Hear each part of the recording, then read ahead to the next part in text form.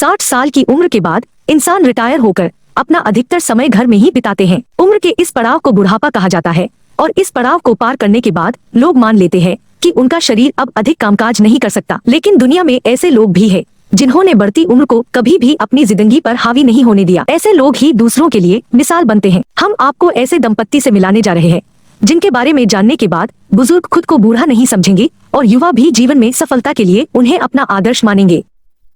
मंजिल उन्हें मिलती है जिनके सपनों में जान होती है, पंख से कुछ नहीं होता, हौसले से उड़ान होती है।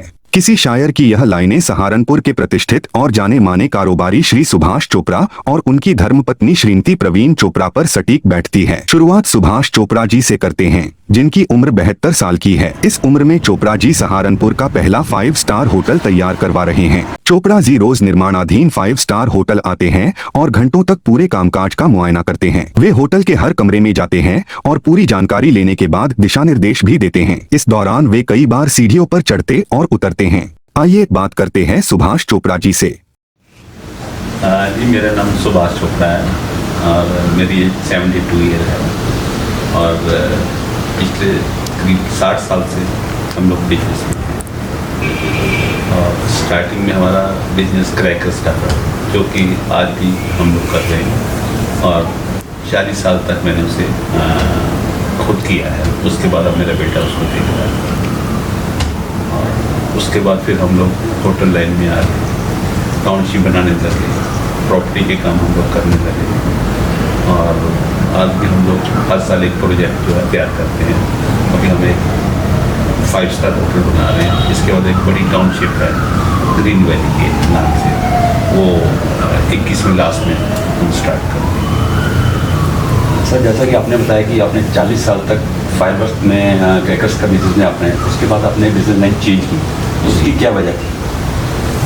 12 में 2 बेटे साथ आ गए, उनको मंसूरी होटल दिया, एक को हरिद्वार दिया, क्रैक फायरवर्क्स का काम उत्तरांचल में स्टार्ट किया, एक को वहाँ सेट किया, दूसरा बेटा जो है वो फायरवर्क्स दे दिया। उसके बाद फिर दूसरे बिजनेस ऐड हम लोग करते रहे क्योंकि डेवलपमेंट करना तो आदमी की नेचर में है। ये होता है कि आदमी कोई बिजनेस कर रहा है तो बिजनेस चेंज करता है तो उसमें कई दिक्कतें आती हैं, कई समस्याएं आती हैं, तो आपके सामने भी ऐसी कोई दिक्कतें आई?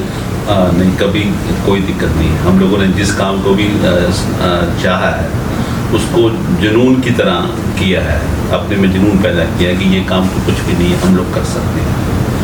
और फिर जो भी काम हम स्टार्ट करते हैं उससे पहले हम लोग पूरी इसकी स्टडी कर लेते हैं, उसको सीख लेते हैं करने के लिए कि ये काम कल को हमें कोई दिक्कत तो नहीं आएगी और कभी कोई दिक्कत नहीं है इसमें।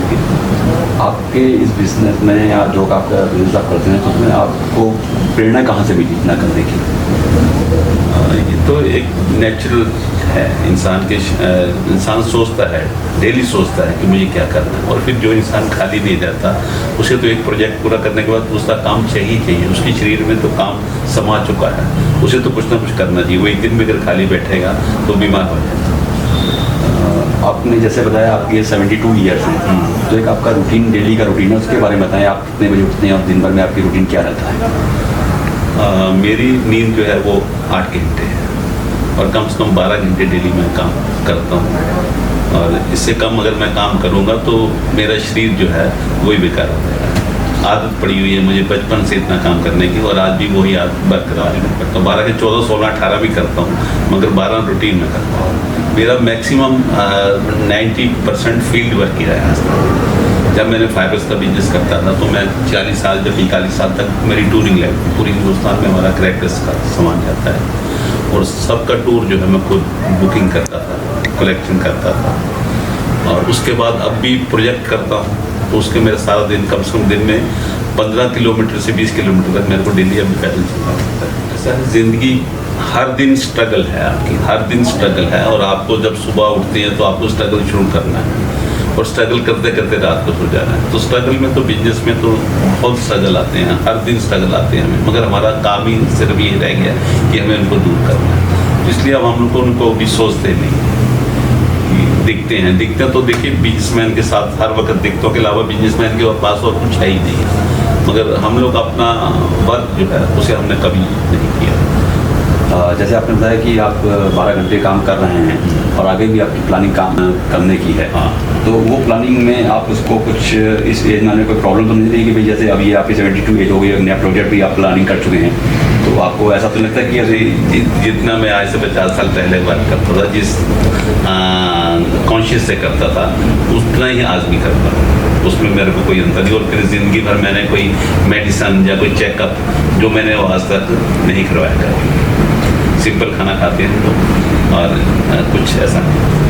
जैसे कि मैंने देखा कि आप विजिट भी कर रहे थे, आपका जो होटल बन रहे हैं, तो सेकंड मंजिल 3rd मंजिल तक आप पैदल सीढ़ियाँ चढ़ के जाते हैं, तो ये आपका डेली का रूटीन? हाँ, बिल्कुल डेली। मैंने आपको बताया ना, 15 से 20 किलोमीटर तक डेली अब भी पैदल चलना पड़ता है, क्योंकि सारे प्रोजेक्ट जो हैं कोई 100 बीघे में, कोई 200 बीघे में है, तो उसको राउंड तो मारना पड़ेगा आपको। अब ये 5 मंजिल का होटल है, हर कमरे में काम लगा हुआ, हर साइड में काम लगा हुआ, तो मुझे 1 विजिट 2 विजिट तो देनी पड़ेगी। सारी स्टाफ को देखना पड़ेगा काम मेरा होता।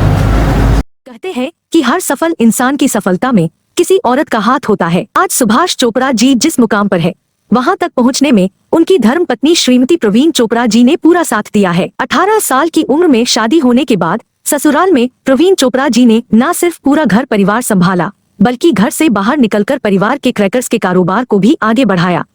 प्रवीण जी 66 साल की है, लेकिन इस पुश्तैनी कारोबार में वे आज भी पूरा समय दे रही हैं। ऐसा आदमी के साथ जो होता है, औरत की किस्मत जुड़ी होती है, और इन लोगों की जो है वो सच्चे मन की है और साफ बात करती है, और इन्होंने शुरू से अब तक पूरा साथ दिया और पूरा काम देखती हैं। ये टाउनशिप जो हमारी पूजा एनक्लेव है, वहाँ पर इन्होंने उसमें वो इन्हीं के अंडर में है। पहले तो बनवाने में इन्होंने पूरा वहाँ साथ दिया, उसके बाद आप वहाँ एक टेम्पल बनाया इन्होंने, जो कि अभी इसी हफ्ते पूरा किया है, और ये लगी रहती है, फिर धार्मिक कामों में भी लगी रहती है और अपनी लाइफ अच्छी बिता रही है। जब मेरी मैरिज हुई तो मैं 18 साल की थी, अभी मेरा BA कंप्लीट नहीं हुआ था, पर क्योंकि मैं जब इस फैमिली में आई तो सबसे बड़ी बहू बन के आई थी, तो जॉइंट फैमिली थी, सबका बहुत भरपूर प्यार मिला और सबके साथ मिलके सब काम किया, और वहीं से मैंने सब कुछ सीखा। मेरे जो हमारी ग्रैंड मदर थे, दादी जी थी, वो सारा फैक्ट्री संभालते थे, उनको देख देख के मेरे को भी शौक आता था, मैं करती थी तो उनको अच्छा लगता था, तो जैसे वो मेरे को बहुत प्यार करती थी तो मेरे को सब काम आ गया, तो मेरे को अब करना अच्छा लगता है। अब एक आदत बन चुकी है हमें सारा दिन काम करने की, और हम लोग करते हैं। जैसे कि आपने बताया कि आप 18 साल की उम्र में आपकी शादी हुई, जिस टाइम में आपकी शादी हुई उस टाइम महिलाएँ घर के अलावा बाहर नहीं निकलती होंगी, बहुत कम ही निकलती होंगी, तो आपने कैसे, जैसे फायरवर्क्स में आपने बताया कि उसमें पूरा काम ध्यान देती थी, तो कैसे आपने मैनेज किया ये सब कुछ? ऐसा हमारे फैमिली में नहीं था, ना तो मेरे मायके से था और ना इधर से था कि बाहर नहीं निकलना या लेडीज़ ने नहीं करना कुछ, तो हम लोग को पूरी छूट थी। कुछ हमारा घर और फैक्ट्री बिल्कुल साथ साथ ही एक ही कंपाउंड में थी, तो इसलिए हमें कोई दिक्कत भी नहीं थी, और ज़्यादातर हमारे पास जो महिलाएं ही काम करती थी, इस वजह से महिलाओं को देखना मेरे लिए और इजी था। पैकिंग का काम सब मैं देखती थी, उनका सारा वर्क लिखना, उनका हिसाब किताब वो सब हम लोग देखते थे, लेडीज ही देखते थे, लेडीज। जैसा आपने बताया कि आपने क्रैकर्स बिजनेस के बाद आपने दूसरा लाइन चेंज की, आपकी बेटी की शादी हुई और अपने घर को एक रिसोर्ट की तरह बनाया, तो उसके बारे में कुछ बताएं क्या? जब हमारी बेटी की शादी हुई तो हमारा क्योंकि फार्म हाउस था, तो चोपड़ा साहब को, मेरे हस्बैंड को बहुत शौक है सब चीज़ अच्छे से अच्छा करने की, तो उनको था कि यहाँ कोई ऐसा रिजॉर्ट नहीं था, तो हमने अपने घर को ऐसे एज ए रिजॉर्ट बना दिया। तो जब शादी के बाद लोग हमारे पास आया करें कि हमारी बेटी कह रही है वहाँ शादी कर दो, हमारा बेटा कह रहा है हमारी शादी उनके घर कर दो, तो हमें ये महसूस हुआ कि हमें कोई एक अच्छा सा रिजॉर्ट बनाना चाहिए कि सहारनपुर में ऐसी कोई जगह नहीं, या लोग चाहते हैं मगर जगह नहीं है कि यहाँ अच्छा सा व्यूज़ मिले, लोगों को अच्छे व्यू मिले, तो इसलिए हमने फिर ये रिजॉर्ट बनाया। कि पूजा एनक्लेव में का काम भी आपने काफ़ी देखा है और वहाँ पे आपने मंदिर भी बनाया है, तो वहाँ पे आपका कैसे काम होता था? वहाँ पर भी, क्योंकि वो भी घर के बिल्कुल पास ही में है हमारे जो पूजा एनक्लेव है, तो जैसे मेरे हस्बैंड नहीं होते थे तो वो मेरे को कह जाते थे तुम काम देख लो, तो मैं आकर सारा काम देख लेती थी, क्योंकि अब एक देख देख के मेरे को समझ भी आ गई थी कि कैसे काम कराना है, तो हम लोग काम करा लेते थे। इस एज में काम करते हुए आपको कोई दिक्कत तो नहीं महसूस हो रही?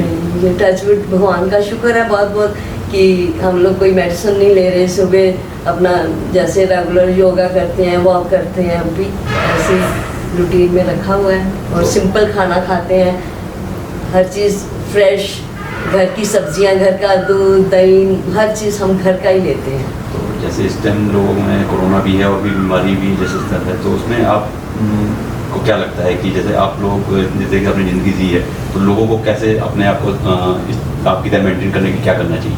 आजकल जैसे इतना कोरोना फैला हुआ है, तो हम तो यही संदेश देंगे कि बच के रहना चाहिए। जैसे है हैंड वॉश करो, दूरी बनाकर रखो, मास्क पहन कर रखो। आजकल तो हवा में भी कोरोना जो है आ गया है, तो अपना ख्याल खुद ही रखना है, कोई किसी का ख्याल इसमें नहीं कर सकता। इसलिए अपने आप अपना ख्याल रखो और खाने पीने का भी ध्यान दो, अच्छी चीज़ें खाओ जिससे इम्यूनिटी बढ़े। कि आप सोशल वर्क में भी पार्टिसिपेट करती हैं, चीज़ों को अपने बारे में बताएं, क्या सोशल वर्क कर रही हैं आजकल आपके यहाँ? ऐसे जैसे हम लोगों की फैक्ट्री थी, तो सब लोग ज़्यादातर गरीब लोग ही उसमें काम करते थे, तो जैसे भी उनको मैं देखती थी, उनका दुख देखती थी, कुछ सुनती थी, तो फिर मेरे को लगता था कि इनके लिए कुछ करना चाहिए। तो वही जैसे भी हम देखते हैं, अब भी वही उन लोगों के लिए तो कुछ ना कुछ जो हम कर सकते हैं वो करते हैं।